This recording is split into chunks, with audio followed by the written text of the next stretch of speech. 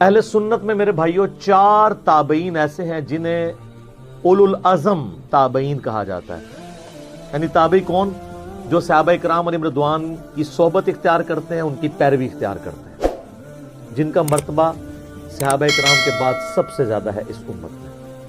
جو بخاری و مسلم کی متفق علیہ حدیث ہے، آپ صلی اللہ علیہ وآلہ وسلم نے فرمایا سب سے بہتر زمانہ میرا، اس کے بعد ان کا جنہوں نے مجھے دیکھا، میری صحبت اختیار کی، یعنی صحابہ کا، اس کے بعد ان کا جنہوں نے ان کی زیارت کی یا صحبت کی، اور اس کے بعد ان کا جنہوں نے ان کی زیارت اور صحبت کی، یعنی صحابہ، تابعین اور تبع تابعین.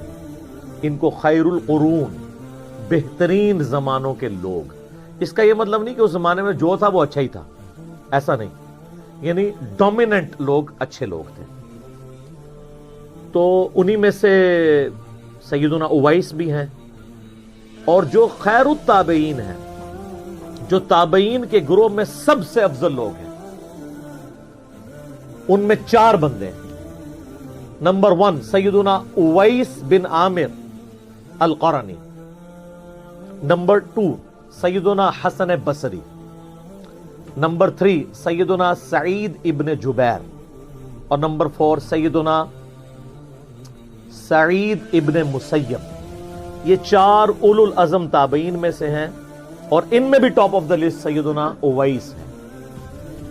کیونکہ صحیح مسلم کی حدیث کے اندر اللہ کے محبوب صلی اللہ علیہ وآلہ وسلم نے خود ان کو خیر التابعین میں سے فرمایا ہے.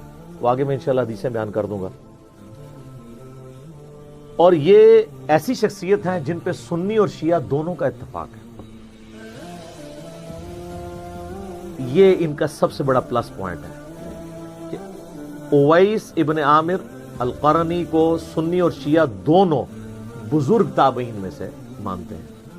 لہذا یہ ان کی یعنی جو آپ خصوصیات گنوائیں گے اس میں پروٹوکول میں ایک یہ بھی چیز ہے. ورنہ سنی شیعہ کنفلکٹ جس لیول پہ اترا ہوا ہے، یہاں پہ تو صحابہ بھی اپنے اپنے لوگوں نے منے ہوئے ہیں سوائے چاند ایک کے جو کامن ہے. تو وہاں پہ تابعین بھی اگر کوئی کامن ہوتے ہیں تو یہ ایک بہت بڑا ایک اعزاز ہے جو سیدنا اویس ابن عامر القرنی رحمہ اللہ تعالیٰ کو حاصل ہے.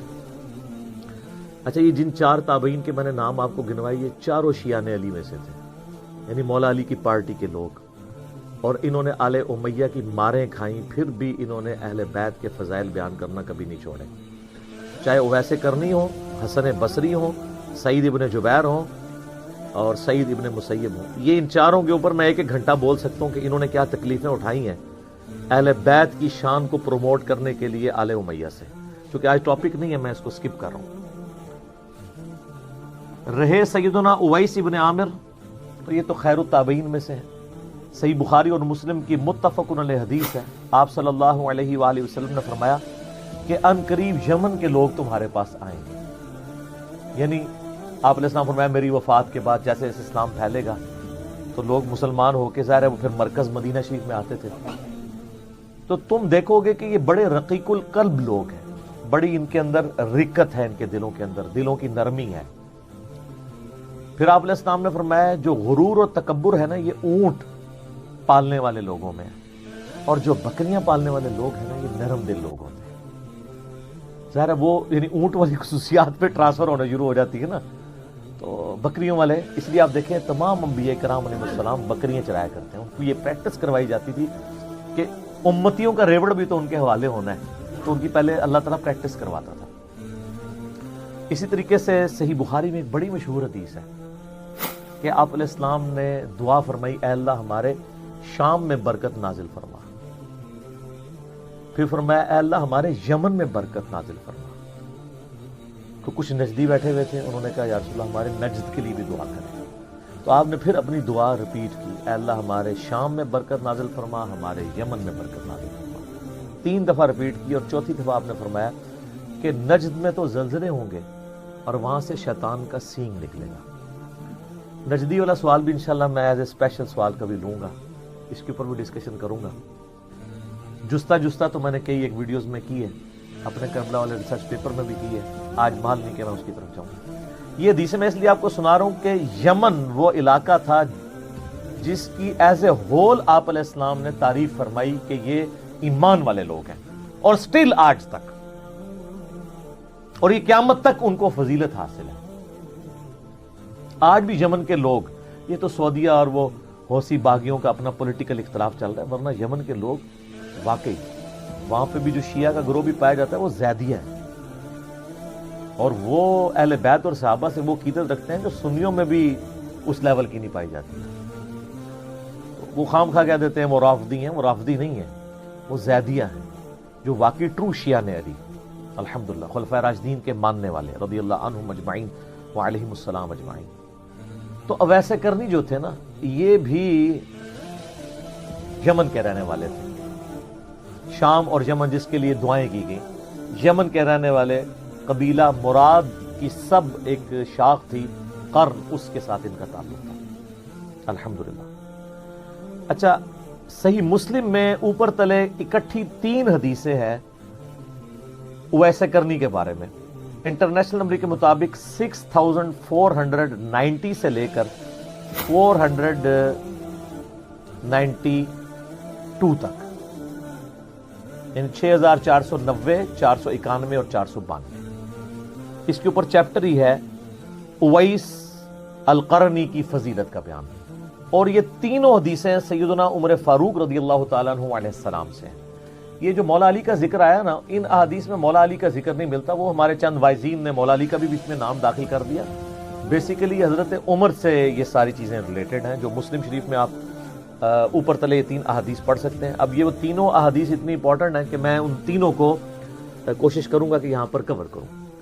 پہلی حدیث جو صحیح مسلم میں ہے وہ 6490 ہے، سیدنا عمر فاروق رضی اللہ تعالیٰ عنہ سے۔ آپ نے روایت کیا کہ آپ صلی اللہ علیہ وآلہ وسلم نے اویس کرنی کے بارے میں کیا فرمایا تھا۔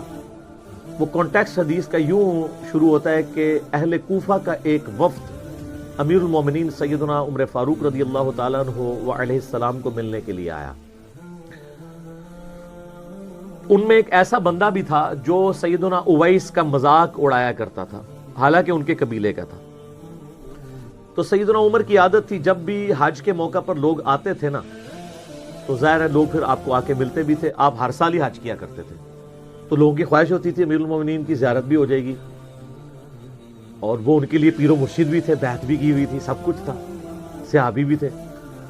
تو اس وفد، جب بھی کوئی وفد آتا نا، تو خصوصاً کوفے سے، تو حضرت عمر فاروق کی عادت تھی ان سے پوچھا کرتے تھے کہ بھئی تم میں سے کوئی شخص اویس ابن عامر کو جانتا ہے؟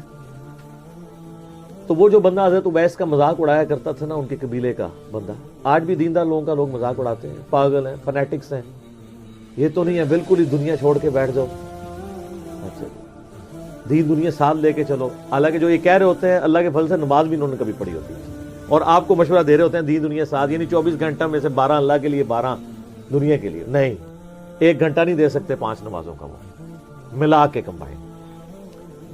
تو بتایا گیا کہ یہ امیر المومنین، تو پوچھا کہ تم اہل قرن میں سے ہو؟ انہوں نے کہا ہاں جی میں قرن میں سے ہوں۔ تو انہوں نے کہا کہ میں نے نبی صلی اللہ علیہ وآلہ وسلم سے خود سنا تھا، حضرت عمر کہتے ہیں، کہ تمہارے پاس یمن میں سے ایک آدمی آئے گا اویس بن عامر، اس کی ایک والدہ ہے جس کی خدمت کی وجہ سے اس سے مشغولیت ہے، یعنی وہ میری خدمت میں اس لیے حاضر نہیں ہو سکا، کہ اپنی ماں کی خدمت کرتا ہے، اور اس کی ماں کا کوئی اور ایسا رشتہ دار نہیں جو اس کو لک آفٹر کر سکے۔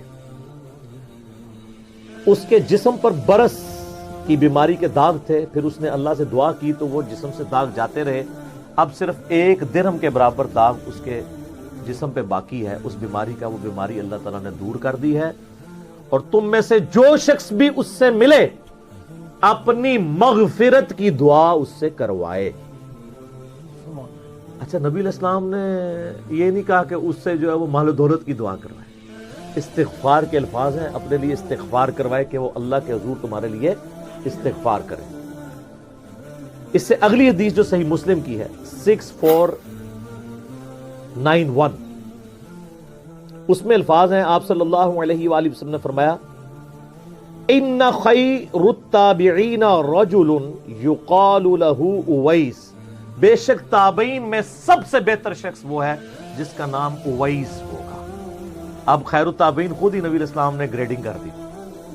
جس طرح ہم گریڈنگ کرتے وقت سیدنا ابوبکر عمر عثمان و علی کو ٹاپ پہ لے کے آتے ہیں, تو تابعین میں ٹاپ پہ کون؟ اویس ابن عامر رضی اللہ تعالیٰ عنہ وعلیہ السلام ورحمہ اللہ تعالی. تو وہ خیر التابعین میں سے ہے.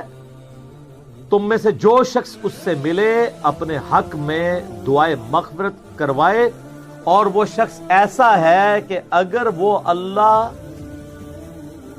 کے نام کی قسم کسی معاملے میں اٹھا لے تو اللہ تعالیٰ اس کی قسم کو پورا کر دے گا. سبحان اللہ, بہت بڑی فضیلت ہے. جو بخاری مسلم میں حدیث ہے نا کہ دنیا میں ایسے لوگ بھی ہیں اگر کسی معاملے میں اللہ پر قسم کھا دینا تو اللہ تعالیٰ ان کی قسم پوری کر دے گا. یہ وہ حدیثیں ہیں جو